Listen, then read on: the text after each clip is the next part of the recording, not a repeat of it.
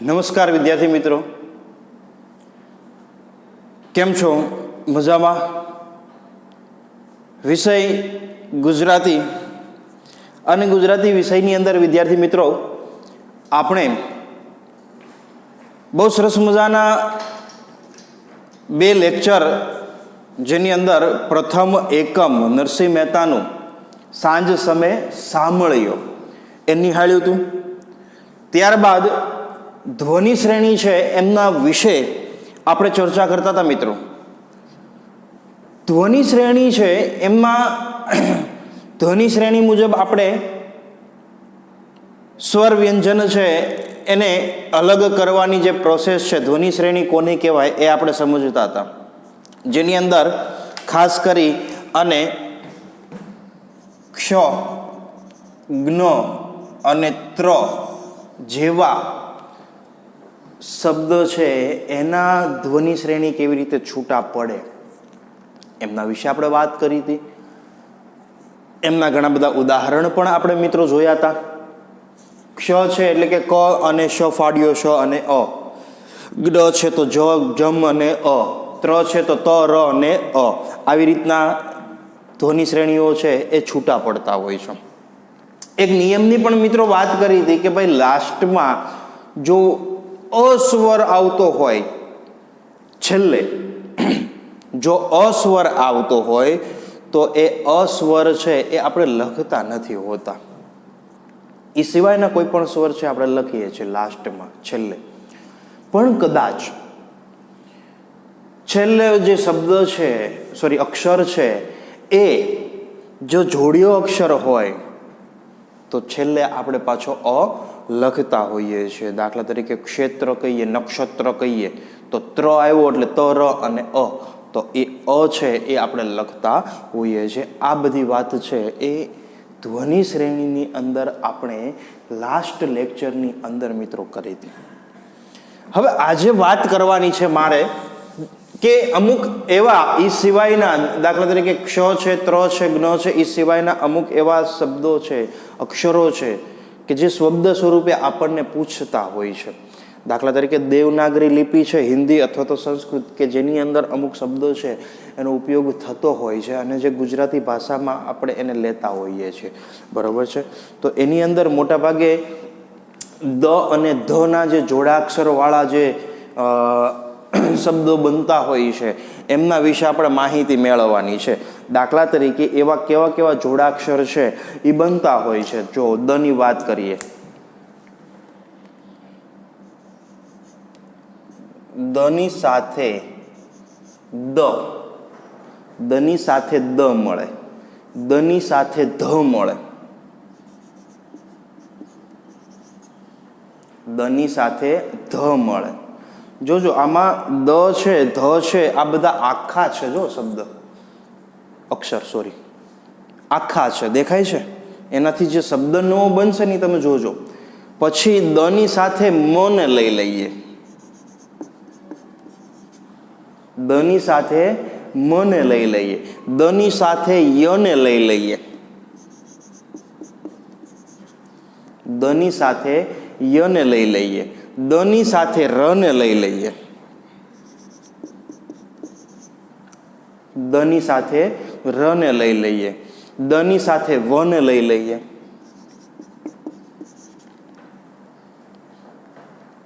દ છે એની સાથે વ આવી ગયું, દ ની સાથે રૂ લઈ લઈએ. ચાલો,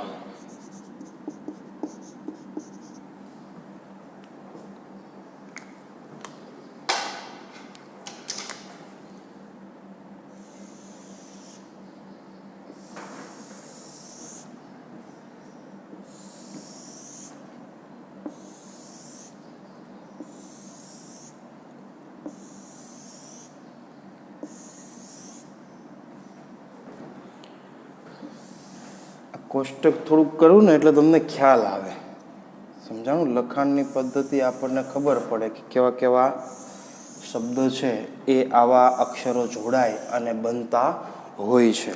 હવે જો મિત્રો, આજે આપણે લખ્યું, બરોબર છે, દ ની સાથે દ જોડાઈને એટલે દ બને. આવો દ, મુદ્દો જે આપણે કહીએ ને એમાં જે દ આવે ને એ. દ ની સાથે ધ જોડાય તો ધ બને. શું બને? ધ. આ જે ધ બને ને, શુદ્ધ, યુદ્ધ, એ બધું ધ. પછી દ ની સાથે મ જોડાય તો દ્મ બને. શું બને? દ્મ. પદ્મ નથી આવતું એ દ્મ. દ છે એની સાથે ય જોડાય તો ધ્ય બને. શું બને? ધ્ય. આપણે ધ બોલતા હોય છે, ધ્ય. વિદ્યા ખરેખર બોલાય વિદ્યા. વિદ્યા આપણે કહીએ ખબર, ધ્ય, ધ. વિદ્યા ખરેખર સ્પેલિંગ આપણે જે લખીએ ને, તો વિદ્યાનો સ્પેલિંગ લખવો હોય તો આપણે વિદ્યા આમ લખાય. સમજાય છે? પણ આપણે કદાચ ભૂલથી શું કરીએ, વિદ્યા આમ લખી નાખતા હોઈએ. ખરેખર સાચો સ્પેલિંગ છે ને એ આ છે, વિદ્યા. સમજણ પડે છે? વિદ્યા.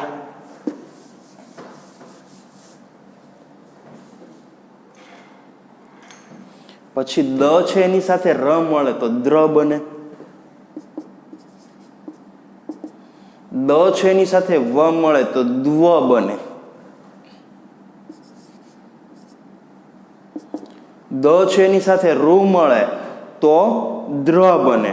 પણ આપણે ઘણી વખત એનો ઉચ્ચાર દ્ર કરતા હોય, પણ એની જેમ આમાં વિદ્યામાં જેમ કરીએ છીએ એવી જ રીતે આનું ઉચ્ચારણ શું થાય ખબર છે? ધ્રુવ થાય ઉચ્ચારણ. શું થાય? ધ્રુવ. દૃશ્યમ બોલાય. દૃશ્યમ મૂવી નહોતું એવું, દૃશ્યમ. આપણે દ્રશ્યમ કરતા હોઈએ છીએ. દૃશ્યમ ઉચ્ચારણ એવું થાય. હવે આને લગતા થોડા ઘણા શબ્દો છે એ હું આપની સમક્ષ રજૂ કરું. દાખલા તરીકે મુદ્દો.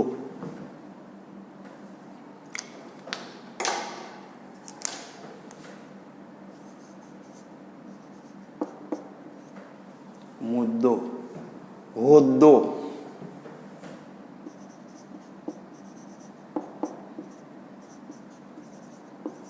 તદ્દન. તદ્દન. મુદ્દલ. મુદ્દલ. આવા બધા શબ્દો. હવે ધ વાળા લઈ લઈએ. શુદ્ધ, યુદ્ધ,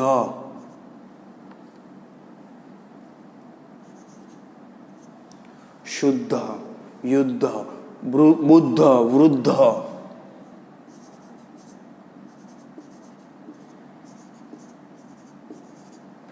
બુદ્ધ, વૃદ્ધ. પછી દ્મ વાળા પદ્મ,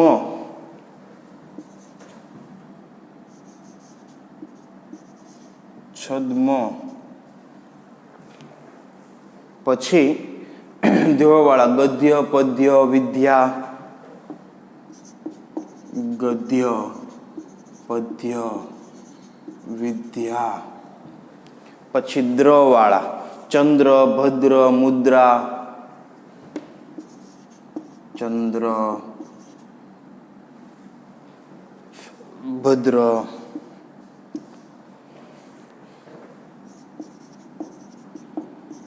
મુદ્રા.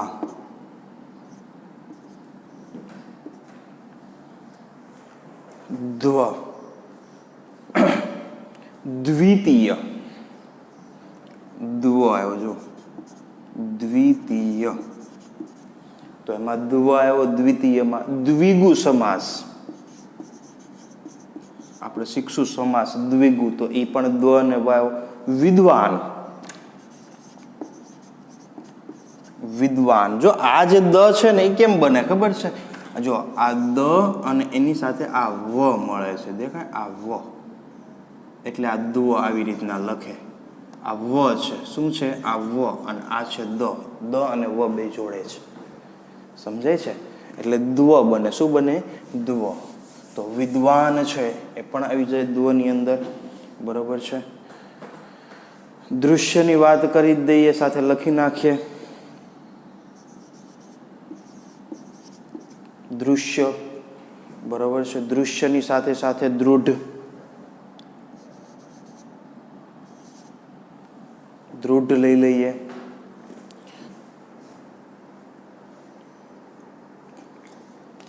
હવે અમુક શબ્દો છે, દાખલા તરીકે આ દરેકમાંથી એક શબ્દ આપણે એવો પસંદ કરીએ કે એના ધ્વનિ વિગ્રહ છે એ આપણે છૂટા પાડી શકીએ. બરોબર છે. તો હવે એવા શબ્દ લખું છું હું અહીંયા. આમ દાખલા તરીકે મુદ્દો લઈ લઈએ. ચાલો, મુદ્દો. પછી નીચેનામાંથી શુદ્ધ લઈ લઈએ.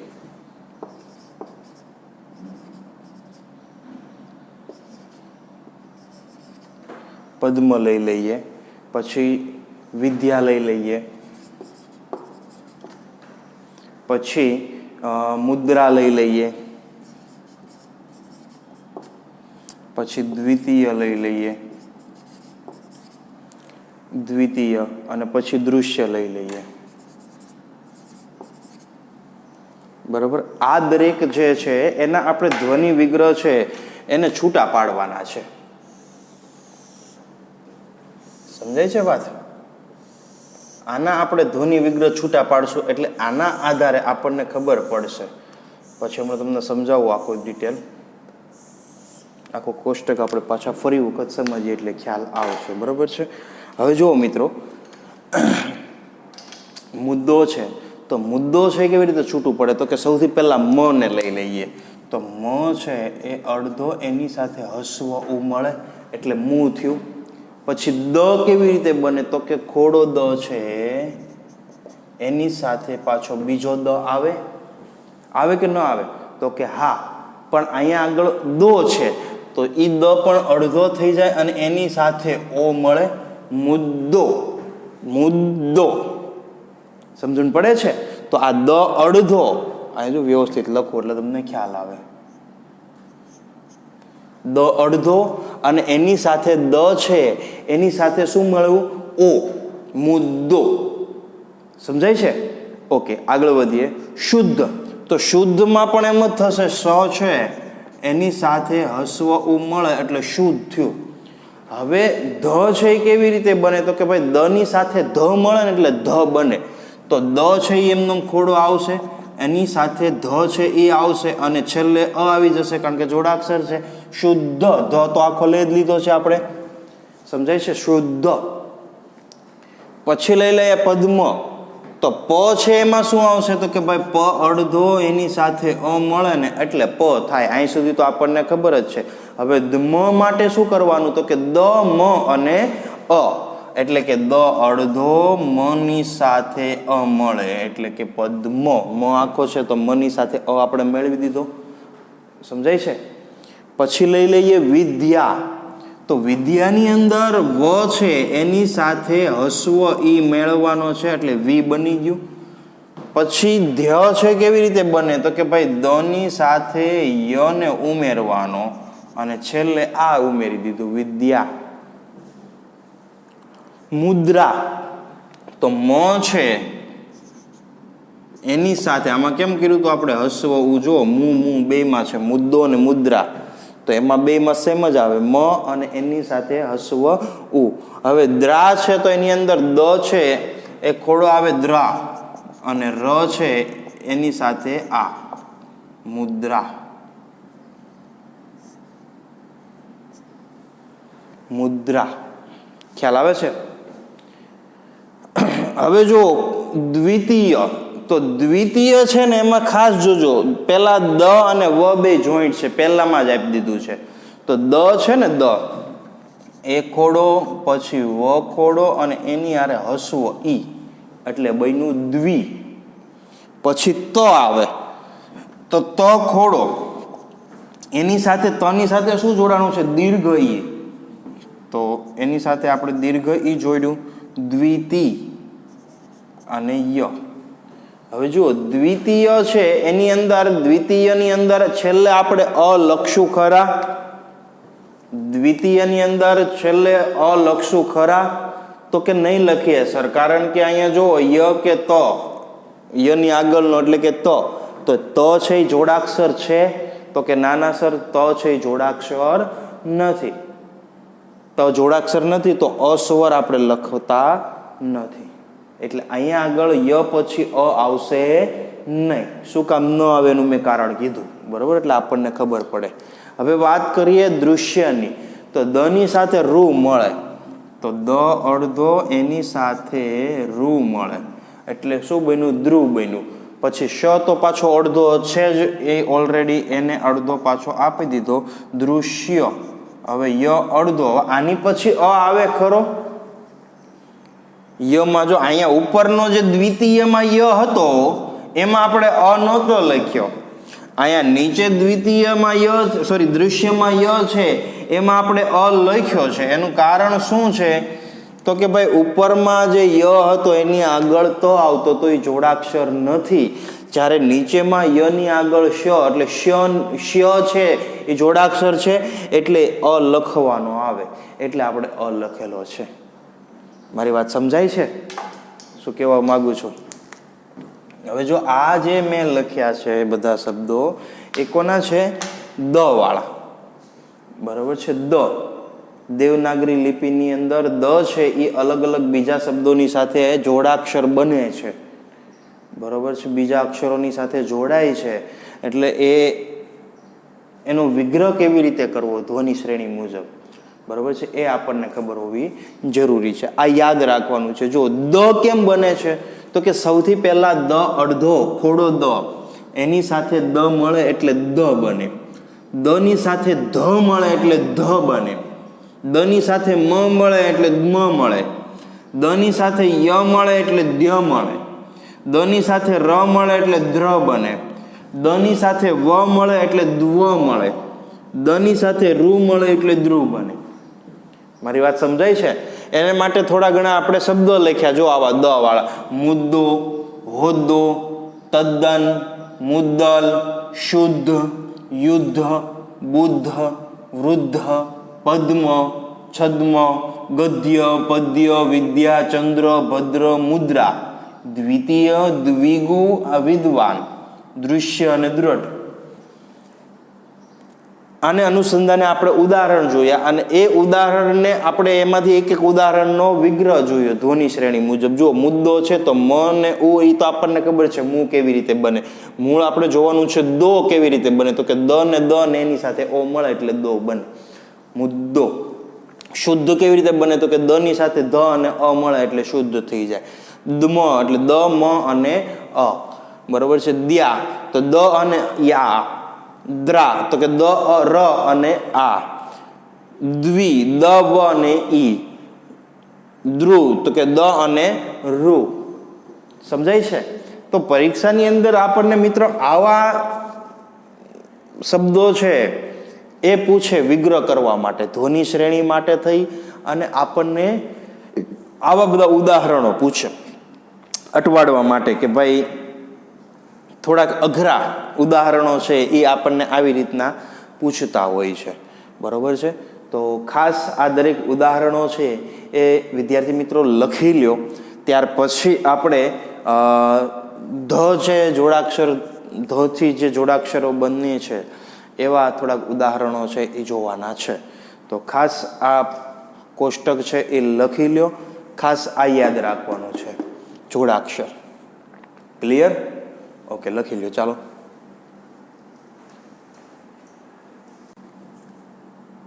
ઓકે, તો હવે વિદ્યાર્થી મિત્રો આપણે ધ છે એના જોડાક્ષરો છે એના વિશે થોડીક માહિતી મેળવીએ. દાખલા તરીકે ધ છે,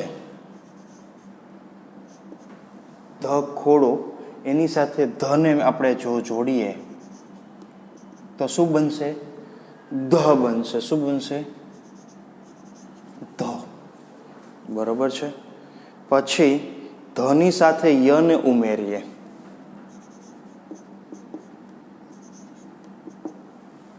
ધની સાથે યને ઉમેરીએ તો ધ્ય બનશે. શું બનશે? ધ્ય. ધની સાથે રને ઉમેરીએ તો ધ્ર બનશે. શું બનશે? ધ્ર. પછી ધની સાથે વને ઉમેરીએ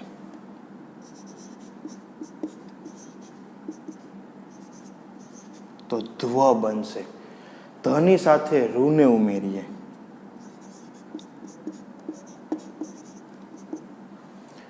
ધની સાથે રૂને ઉમેરીએ તો ધ્રુવ બનશે. શું બનશે? ધ્રુવ.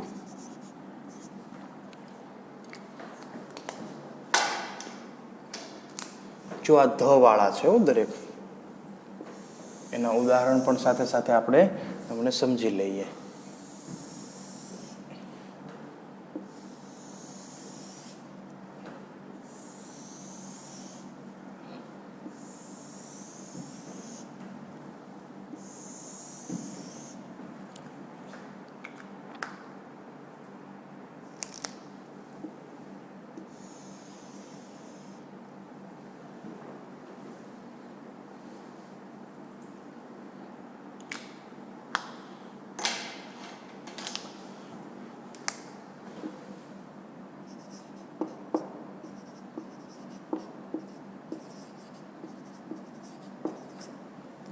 યોદ્ધા, અધર, ધ્ય, સંધ્યા, અધ્યાપક,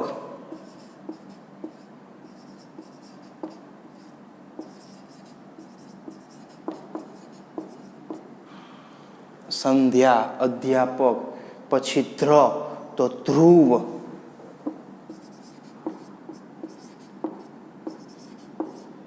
ધ્રુજારી, ધ્રુવ, ધ્રુજારી. પછી ધ્વ તો ધ્વનિ, યસ, ધ્વજ, ધ્વનિ, ધ્વજ. પછી ધ્રુવ, ધ્રુતિ. જો ધ્રુતમ સંસ્કૃત શબ્દ છે, ધ્રુતમ. ધ્રુતમ એટલે ઘી થાય, બરોબર છે. ધ્રુતિ નામ છે વ્યક્તિનું, ધ્રુતિ, ધૃતરાષ્ટ્ર.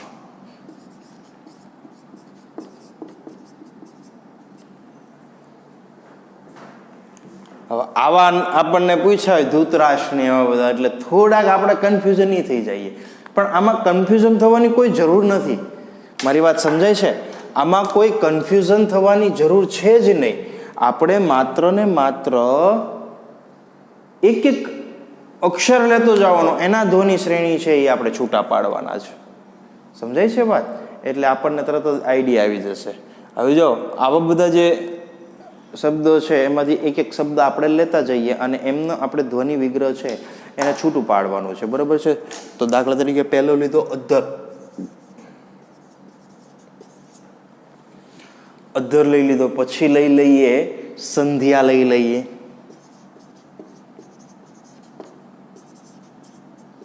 ધ્રુવને લઈ લઈએ, બરોબર છે. ધ્વજને લઈ લઈએ અને ધૃતરાષ્ટ્રને લઈ લઈએ. ચાલો આ બધા લઈએ.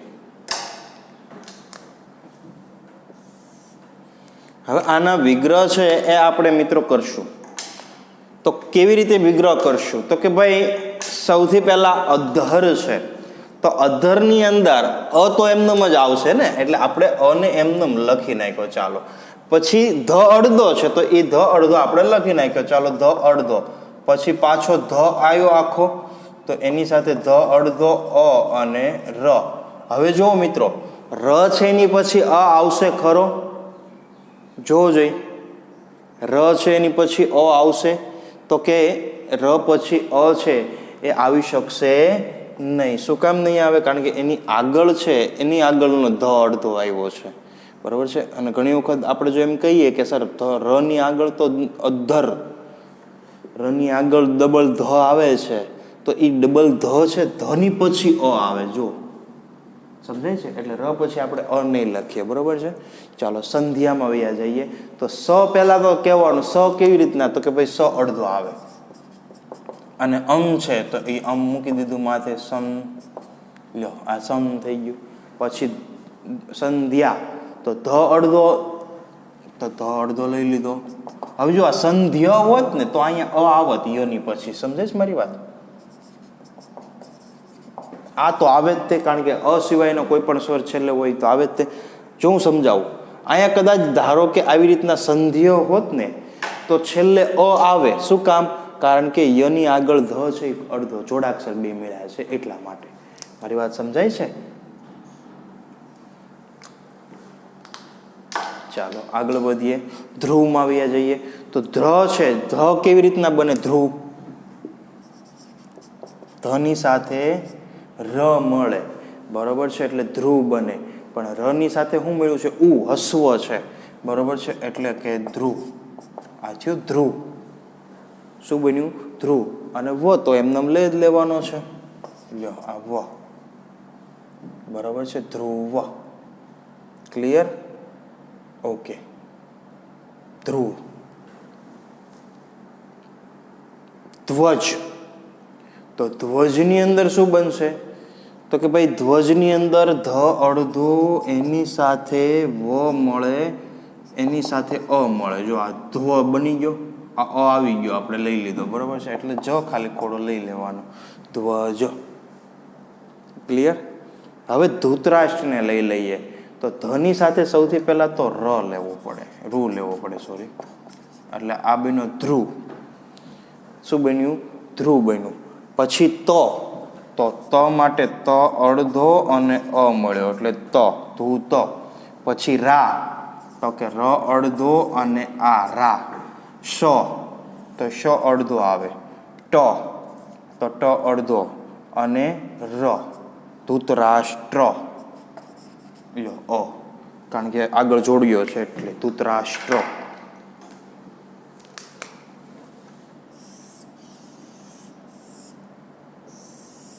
એક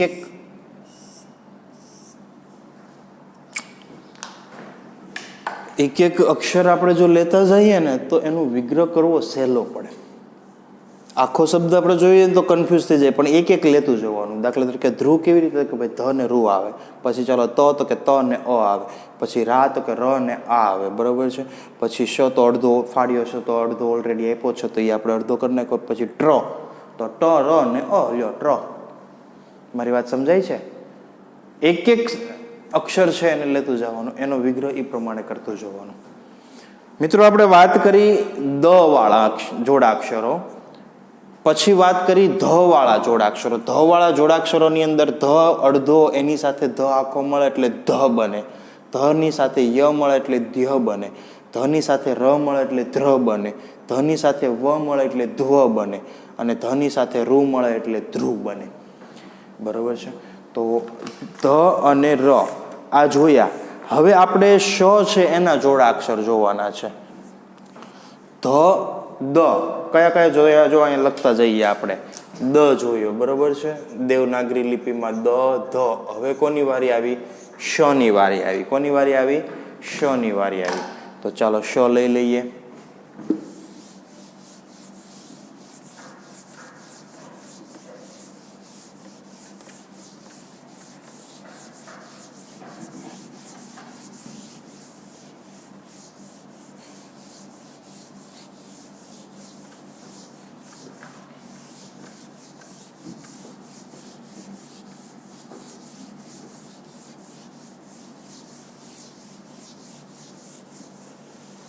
આ ધ્વનિ શ્રેણી મિત્રો સહેલો ટોપિક છે. 8મામાં પણ આપણે શીખી ગયા છીએ, પણ ઘણી વખત 9મામાં થોડુંક અપડેટેડ વર્ઝન આપણને આપ્યું હોય ને એમાં તકલીફ આપણને પડી જતી હોય છે. હોય સહેલું પણ થોડાક કન્ફ્યુઝ આપણે થઈ જતા હોઈએ છીએ.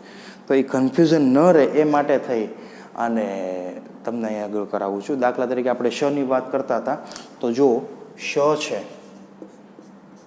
એની સાથે આપણે ર ને જોડી દઈએ. સની સાથે આપણે ર ને જોડી દઈએ તો શું બને? શ્ર બને. શું બને? શ્ર. સની સાથે ર, શ્ર. શ્રાદ્ધ, શ્રાવણ એ આવે ને શ્ર. શ્રી, શ્રી હરિમાં આપણે શ્રી કેમ કરીએ એ આ શ્ર. પછી સની સાથે વ ને જોડી દઈએ. સની સાથે વ ને જોડી દઈએ તો બને સ્વ. સની સાથે વ આવે એટલે શું બને? સ્વ. પછી સ છે એની સાથે ચ મળીએ. જો આ ખાસ યાદ રાખજો, શની સાથે ચ મેળવીએ છીએ. જો કે આ શ વાળા ત્રણેય એવા છે તો બને શું બને? ચ બને. શું બને? ચ બને. યાદ રાખજો, શની સાથે ર એટલે શ્ર. જો શ્ર આવે ને એ બધા શ, શંકોરાનું શ અને એની સાથે જોડાય ને જે બીજા અક્ષર, શની સાથે ર જોડાય તો શ્ર બને. શની સાથે વ જોડાય તો સ્વ બને. શ છે એની સાથે ચ જોડાય તો ચ બને. શું બને? ચ બને. ખ્યાલ આવે છે? હવે આને લગતા થોડા ઘણા શબ્દો છે એ આપણે રજૂ કરું હું તમને. દાખલા તરીકે ઉદાહરણો કે ભાઈ શ્રાવણ છે. ચાલો શ્રાવણ.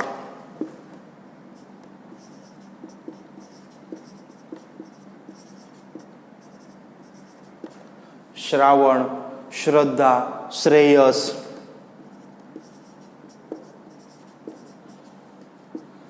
સ્વ વાળા લઈ લઈએ. શ્વાસ, શ્વેત.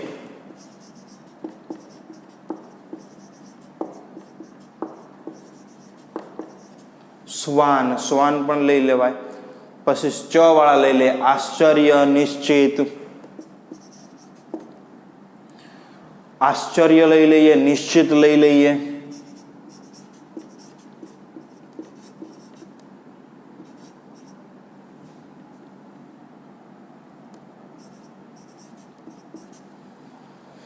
આશ્ચર્ય, નિશ્ચિત. રેડી? ઓકે. હવે અમુક અમુક શબ્દ લઈએ કે ભાઈ જેના આપણે ધ્વનિ શ્રેણી છે એ છૂટા પાડવાના છે. દાખલા તરીકે શ્રદ્ધા. પછી આમાંથી લઈ લઈએ શ્વાન, અને આમાંથી લઈ લઈએ આ નિશ્ચિત લઈ લઈએ. ચાલો ને લઈ લઈએ નિશ્ચિત.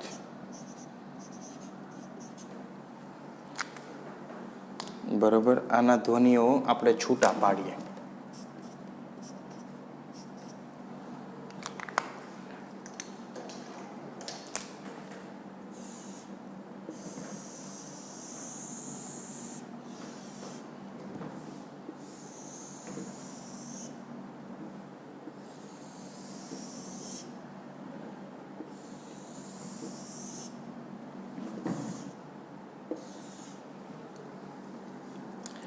ચાલો શ્રદ્ધા લઈએ. મિત્રો શ્રદ્ધા છે એ કેવી રીતે આવશે? તો કે ભાઈ સૌથી પહેલા તો શ્ર કેવી રીતે આવે? તો કે ભાઈ શ્ર છે એટલે કે શ છે એની સાથે ર છે અને અ મળે એટલે શ્ર બને. તો ધા કેવી રીતે બને? તો એ આપણે અગાઉ હમણાં જોયું હતું દની દ વાળામાં. યાદ આવ્યું? દમાં શુદ્ધ ને એની અંદર આપણે યાદ કરો. યાદ આવ્યું? તો દ ની સાથે ધ મળે એટલે ધ બને. બરાબર છે? તો શ્રદ્ધા છે તો દ ની સાથે ધ અને આ મેળવવાનું થાય. શ્રદ્ધા. ખ્યાલ આવે છે? શ્વાન. તો શ્વાન કેવી રીતે બને? તો કે ભાઈ સ ની સાથે વ મળે તો શ એની સાથે વ અને આ છે શ્વાન છે એટલે આ મળી જાય અને ન. શ્વાન. હવે આની અંદર શ્વાન છે એની અંદર ઓલરેડી આપણને આ જે જોડાક્ષર છે એનો આ તો આપી દીધો છે એટલે ન પછી કાંઈ અ લખવાની જરૂર નથી. હવે નિશ્ચિતની વાત કરીએ તો સૌથી પહેલા ન ને લઈ લઈએ. નિશ્ચિતમાં ન અડધો આવે એની સાથે હસવો ઈ મળે. ચાલો ની થઈ ગયું. હવે ચ કેવી રીતે બને? તો કે ભાઈ શ ની સાથે ચ મળે ને એટલે ચ બને. પણ કેવો છે ચ? તો કે હસવ છે તો કે હસવ ઈ. નિશ્ચિત. નિશ્ચિત. હવે નિશ્ચિત પછી આપણે અ છે એ લખશું ખરા? તો કે ભાઈ ના, કારણ કે અહીંયા આગળ ઈ આપણે જોડી દીધું છે. બરોબર છે? એની આગળનો જોડાક્ષર નથી આવી ગયો છે. તો ખ્યાલ આવે છે? નિશ્ચિત. તો આ શ વાળા. હવે મિત્રો વાત કરીએ હ વાળા.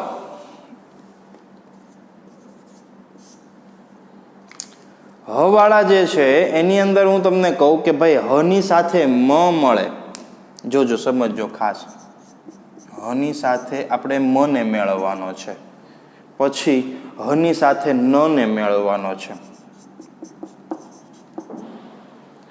પછી હ ની સાથે ય ને મેળવવાનો છે.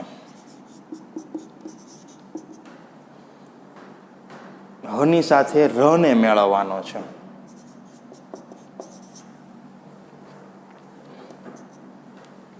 હ ની સાથે વ ને મેળવવાનો છે. અને હ ની સાથે રૂ. હવે જો હ છે એની સાથે મિત્રો મ મળે તો શું બને? મ મળે. શું મળે? મ. દાખલા તરીકે બ્રહ્મ,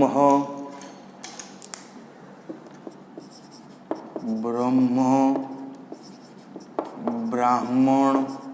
હ અને મ મળે. બ્રહ્મ, બ્રાહ્મણ. હ ની સાથે ન ને મેળવીએ તો ન બને. ન.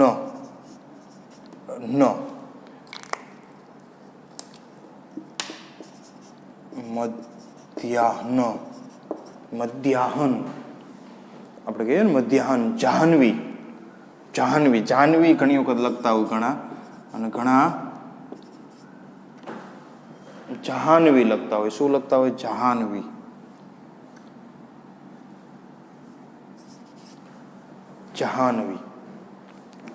પછી બ ની સાથે હ મળે એટલે ય બને. શું બને? ય. બાહ્ય, સહ્ય,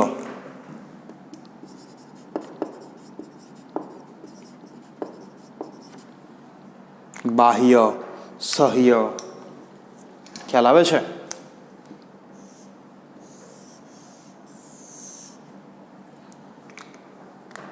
હ છે એની સાથે આપણે ર ને મેળવી દઈએ તો હ ની સાથે ર મળે, બરોબર છે, તો ર બને. શું બને?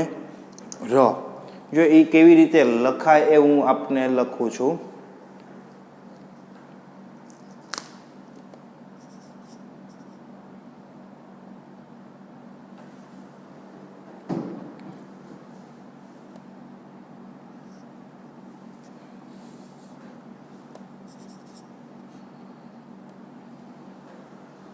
આ ટાઈપમાં. પછી હ ની સાથે વ મળે એટલે વ બને. શું બને? વ. હ ની સાથે રૂ મળે એટલે રૂ બને. દાખલા તરીકે હ ને ર ને આપણે લઈ લઈએ, બરોબર, તો હ ની સાથે ર ને લઈ લઈએ તો હસ્વ.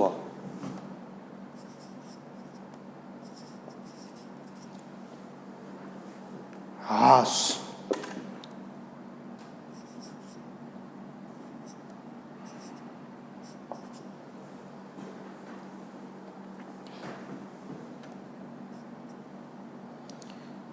જીહવા, બરોબર છે, જીહવા. જીહવા થકી અસત્ય ના બોલે. વૈષ્ણવ વચન તો આવે ને એમાં જીહવા, બરોબર. ગહ્વર,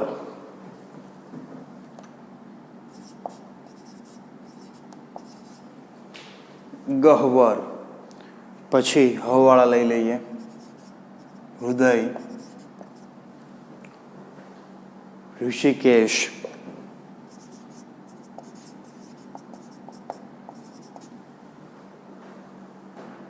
તો આ બધા હતા કયા? હ વાળા હતા. ખ્યાલ આવે છે? કયા હતા? હ વાળા હતા.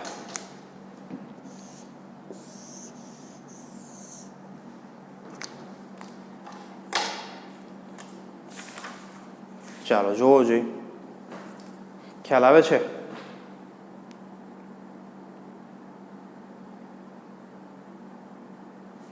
ઓકે.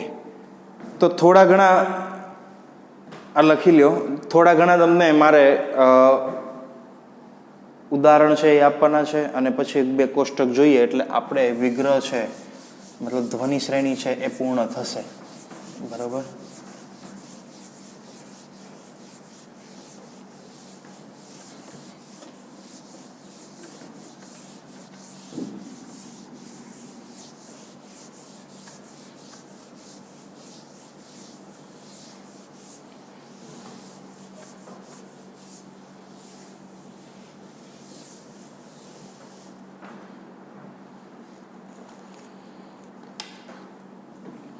ચાલો, દાખલા તરીકે ર ની પહેલા જો કદાચ આપણે લઈ લઈએ ભાઈ કે ભાઈ ર છે એ ક્યારે લખવાનો? રેફ જે આપણે કર્યો હોય, દાખલા તરીકે હું એમ કહું કે ભાઈ સર્પ, તો સ અ ર પ. મારી વાત સમજાય છે? છેલ્લે અ આવશે, જોડીઓ મળે એટલે અ. તો ર છે એ હંમેશા રેફ હોય ને, રેફ, ર એ હંમેશા આ જે રેફ હોય ને એની પહેલા આવે. વિગ્રહ કરીએ ને ધ્વનિ શ્રેણી મુજબ ત્યારે ર છે એ હંમેશા, દાખલા તરીકે આ સ્પર્ધા હું લખું તો સ્પર્ધાની અંદર સ અડધો પ અડધો અ પછી ધા જે છે, બરોબર છે, એની પહેલા ર લખવો પડે. ર સ્પર્ધા. લ્યો તો રેફ છે ધની માથે, તો પણ એ રેફ આપણે વિગ્રહ કરીએ એટલે ર છે એની પહેલા આવે, ધની પહેલા. સમજાય છે? આ એક નિયમ યાદ રાખજો. રેફ પહેલા ર આવે. હવે દાખલા તરીકે એક અમુક એવા લઈ લઈએ કે ભાઈ ક્રમ લઈએ, ચાલો વજ્ર લઈએ, તો અન્ય વ્યંજન પહેલા આવી જાય તો આપણે એની અંદર ક્રમ ક ર અ અને મ, જો ક્રમ છે બરાબર છે, તો એની અંદર આપણે શું લખીએ ક્રમ, કારણ કે આની પછી આમ કહીએ તો કર્મ થઈ જાય, સમજાય છે? એટલે અન્ય વ્યંજન પહેલા જો આવતું હોય બરાબર છે તો આપણે આ લીટો કરવો પડે ક્રમ.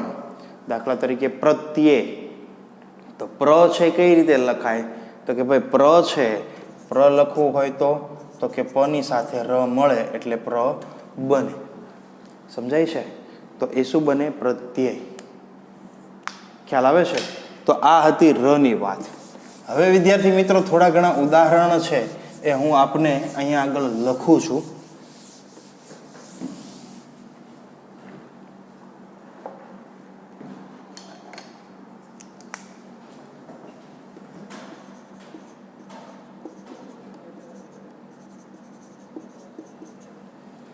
મુદ્દલ, પદ્ધતિ, પદ્ય, વિદ્વાન, યોદ્ધા,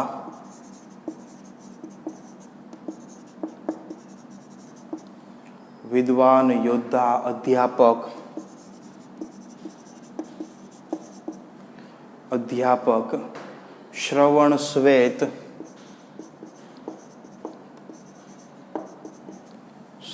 શ્વેત, દ્વિજીવ,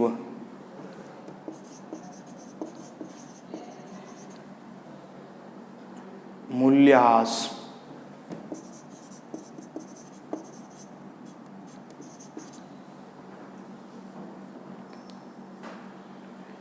ક્રમબદ્ધ, આશ્રય, રાષ્ટ્ર. જો ઓલામાં ધૃતરાષ્ટ્ર મેં લખ્યું તો એના ઉપરથી તમે કદાચ લખી શકો રાષ્ટ્ર, વિદ્રોહ,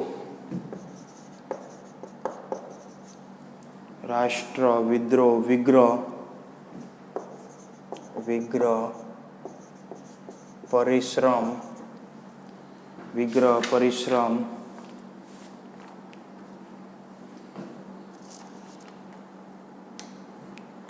બરાબર છે. એટલા શબ્દો છે એ તમારી નજર સમક્ષ મેં રજૂ કર્યા છે, લખ્યા છે. આ દરેક શબ્દો છે એને હોમવર્કની અંદર તમારે કમ્પ્લીટ કરવાના છે.